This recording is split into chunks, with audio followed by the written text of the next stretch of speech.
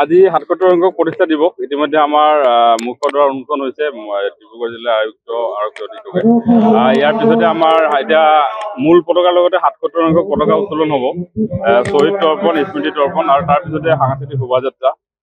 তাৰ পিছতে আমাৰ মুকলি সভা আৰম্ভ হ'ব আৰু মুকলি সভাত ইতিমধ্যে সদৌ অসম ছাত্ৰ সন্থা, জাতীয়তাবাদী যুৱ ছাত্ৰ পৰিষদকে ধৰি বিভিন্ন জাতীয় সংগঠন, মন্ত্ৰী পীযুষ হাজৰিকা ডাঙৰীয়াও আহি আছে, লগতে কৃষিমন্ত্ৰী অতুল বৰা ডাঙৰীয়াও আহি আছে বুলি জনাইছে। তো আমাৰ বিভিন্ন প্ৰান্তৰ পৰা ব্ৰহ্মপুত্ৰ উপত্যকাৰ চাহ জনগোষ্ঠী অধ্যুষিত যিসমূহ জিলা আছে, য'ত আঠচাৰ আমাৰ গণভিত্তি থকা প্ৰতিটো জিলাৰ পৰাই বহু সংখ্যক লোক ইতিমধ্যে ডিব্ৰুগড়লৈ আহিছে। আৰু আমি ভাবিছোঁ যে ৭৭ সংখ্যক প্ৰতিষ্ঠা দিৱস আমাৰ অকল আনন্দ উৎসৱ বুলি ভবা নাই। আমি আচলতে মূল যিকেইটা দাবী আছে জনগোষ্ঠীটোৰ, যেনে ধৰক জনজাতিকৰণৰ দাবী, সমান্তৰালভাৱে ভূমি পট্টাৰ দাবী, জনগোষ্ঠীটোৰ আজিৰ তাৰিখতো অৰ্থনৈতিকভাৱে যি অৱস্থা, বিভিন্ন মেডিকেল কলেজত আমি এতিয়াও দেখি আছোঁ যে MMR IMR ক্ষেত্ৰত চাহ জনগোষ্ঠীৰ লোকৰ সংখ্যা আটাইতকৈ বেছি। এই গোটেইবিলাক কথাৰ খুব বস্তুনিষ্ঠ আলোচনা হ'ব ইয়াতে। আচ্ছাৰ প্ৰাক্তন সকলো আহিব, বৰ্তমানৰ সকলো থাকিব, শাসকীয় দলৰ লোকো থাকিব, বিৰোধী দলৰ লোকো থাকিব। তো সকলোৰে উপস্থিতিত এই কথাবিলাক মুকলিভাৱে আলোচনা হ'ব, কাৰণ জনজাতিকৰণৰ বিকল্প নাই। ৬টা জনগোষ্ঠীৰ জনজাতিকৰণৰ দাবীক কেতিয়াও এটা দুটা জনগোষ্ঠীৰ জনজাতিকৰণ দি সেই দাবীক কেতিয়াও সৈমান মনাব নোৱাৰে। আৰু একেবাৰে স্পষ্ট কথা, কোনোবা এটা জনগোষ্ঠীৰ জনসংখ্যা বেছি বুলি জনজাতিকৰণ নিদিব, আৰু কোনোবা এটা জনগোষ্ঠীৰ সম্পূৰ্ণ ক্ৰাইটেৰিয়া থকাৰ পিছতো কেৱল মাত্ৰ পপুলেশ্যন বেছি কাৰণে জনজাতিকৰণ হ'ব, এইবিলাক কথা কোনো কাৰণত মানা নহ'ব। আৰু আমি সেইকাৰণে আজি সাংস্কৃতিক শোভাযাত্ৰাৰ পৰা প্ৰতিটো কাৰ্যসূচীত আমাৰ যিবিলাক মূল দাবী আছে, সেই দাবীবিলাকক আমি আৰু অধিক শক্তিশালীভাৱে উপস্থাপন কৰিব বিচাৰিছোঁ। আৰু মূল কথা হৈছে যে ৭৭ সংখ্যক প্ৰতিষ্ঠা দিৱস আঠচাৰ জনগোষ্ঠীটোক এক প্ৰকাৰে শোষণ আৰু বঞ্চনাৰ পৰা উদ্ধাৰৰ যিটো যাত্ৰা, সেই যাত্ৰাৰ ৭৭ বছৰ।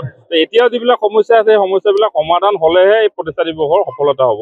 গতিকে মূল যিবিলাক কথা, চাহ শ্ৰমিকৰ মজুৰি, ভূমিপট্টা, জনজাতিকৰণ, এই কথাবিলাক সবলভাৱে ৭৭ সংখ্যক প্ৰতিষ্ঠা দিৱসত উপস্থাপন কৰিবলৈ আমি 100% আমি চেষ্টা কৰিম। নিশ্চয় চাহ জনজাতি ছাত্ৰ সন্থাৰ এটা ঐতিহাসিক দিন।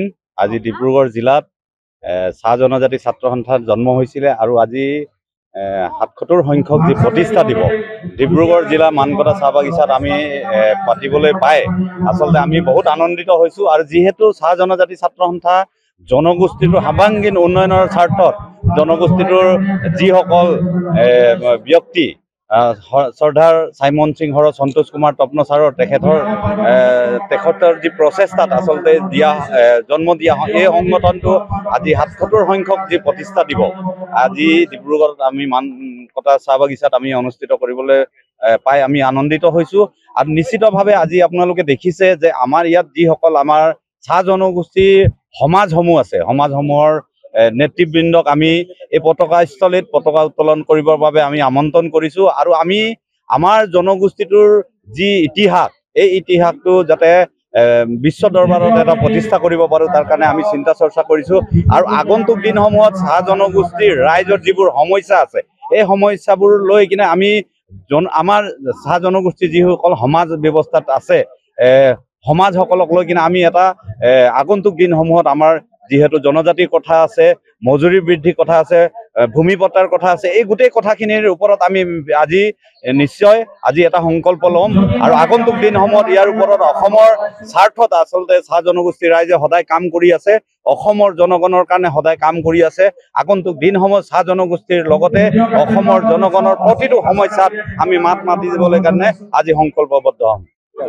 আজি অসম চাহ জনজাতি ছাত্ৰ সন্থাৰ ৭৭ সংখ্যক কেন্দ্ৰীয় প্ৰতিষ্ঠা দিৱস ডিব্ৰুগড়ৰ ইয়াত বানকটাত পতাকা উত্তোলন কাৰ্যসূচী ইতিমধ্যে হৈছে, আৰু ইয়াৰ পিছত বিভিন্ন কাৰ্যসূচীবিলাক আহিছে। ইয়াত আহি খুবেই ভাল লাগিছে। আমিও এটা সময়ত চাহ ছাত্ৰ সন্থা কৰিছিলোঁ, ৮৮ চনৰ পৰা প্ৰায় ৯৬ চন মানলৈকে মই ছাত্ৰ সন্থাত আছিলোঁ। গতিকে ইয়াত ভাল লাগিছে। বহুতো পুৰণীয়া লগৰ সতীৰ্থসকল ইয়াত আহি সমবেত হৈছে, একেলগে লগ পাইছোঁ, খুব ভাল লাগিছে। আমাতকৈ আৰু পুৰণি যিসকল আছিলে তেখেতসকলো ইয়াত আহিছে, তেখেতসকলকো লগ পাই খুব ভাল লাগিছে। আৰু খুব সুন্দৰ এটা অনুষ্ঠান, খুব ধুনীয়াকৈ ইয়াত অৰ্গেনাইজ কৰাৰ বাবে উদ্যোক্তাসকলক মোৰ ফালৰ পৰা আন্তৰিক ধন্যবাদ আৰু অভিনন্দন জনাইছোঁ। চাৰ্লি ছাত্ৰ সন্থাৰ আজিৰ দিনটোত চবে অপেক্ষা কৰি থাকে, প্ৰাক্তনবিলাকে নতুনবিলাকে এটা ভাল দিন। আজি স্বাধীনতাৰ সময়ৰ লগে লগে চাৰ্লি ছাত্ৰ সন্থা প্ৰতিষ্ঠা হৈছে আৰু চাৰ্লি ছাত্ৰ সন্থাই যিখিনি কাম ৰাইজৰ পৰা বিচাৰিছে, ৰাইজে যিখিনি বিচাৰিছে সেইখিনি চাৰ্লি ছাত্ৰ সন্থাই মোটামুটিকে দিব পাৰিছে বুলি মই ভাবিছোঁ। কিছুমান হয়তো সমাধান হোৱা নাই, কিন্তু আমি ইয়াত ছাত্ৰ সন্থাৰ প্ৰাক্তন কৰ্মী হিচাপে আহি বৰ আনন্দিত হওঁ। চাৰ্লি ছাত্ৰ সন্থাৰ যিকোনো প্ৰগ্ৰামতে আহি আনন্দিত হওঁ, এই কথাটো ঠিক, কিন্তু প্ৰতিষ্ঠা দিৱসৰ দিনত আৰু ভাল লাগে।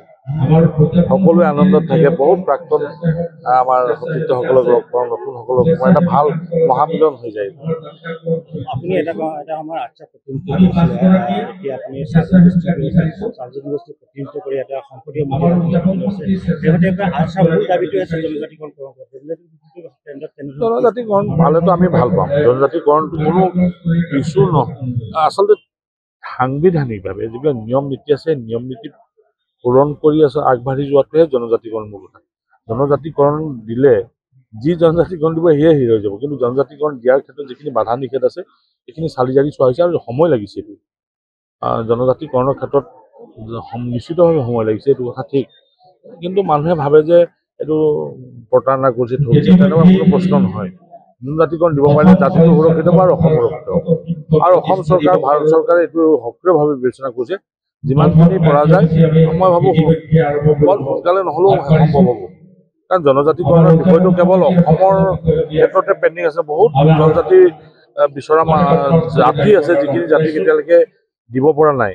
কিন্তু চাহ বাগিচাৰ যিখিনি মানুহ আহিছিল, সেই মানুহখিনি অলৰেডি ভাৰতবৰ্ষৰ বিভিন্ন ৰাজ্যত জনজাতি হিচাপে স্বীকৃত হৈছে। গতিকে বৰ জটিল বুলি ভাবিলে নহ'ব, কিন্তু সেই সময়ত যি কাৰণতে আগতেতো জনজাতি আছিলে বহুত ক্ষেত্ৰত, কিন্তু নাম নকওঁ, এটা সময়ত চৰকাৰে ডিচিডেল কৰিলে, ডিচিডেল কৰাৰ পিছত আকৌ ৰিচিডেল কৰিবৰ কাৰণে সমস্যা, এইখিনি চোৱা হৈছে। আৰু মই ভাবোঁ জনজাতিকৰণ হ'লে ভাল, ভূমি ক্ষেত্ৰতো হওক বা অৰ্থনৈতিক অনগ্ৰতা দূৰ কৰাৰ ক্ষেত্ৰতে হওক, পঢ়া শুনা কৰাৰ ক্ষেত্ৰতে হওক, জনজাতিকৰণ হ'লে নিশ্চিতভাৱে ভাল হ'ব আৰু আমি সেইটোৱে বিচাৰি আছোঁ। যিকোনো খবৰৰ বাবে যোগাযোগ কৰক 7099017330 লগতে 7099017110 নম্বৰত।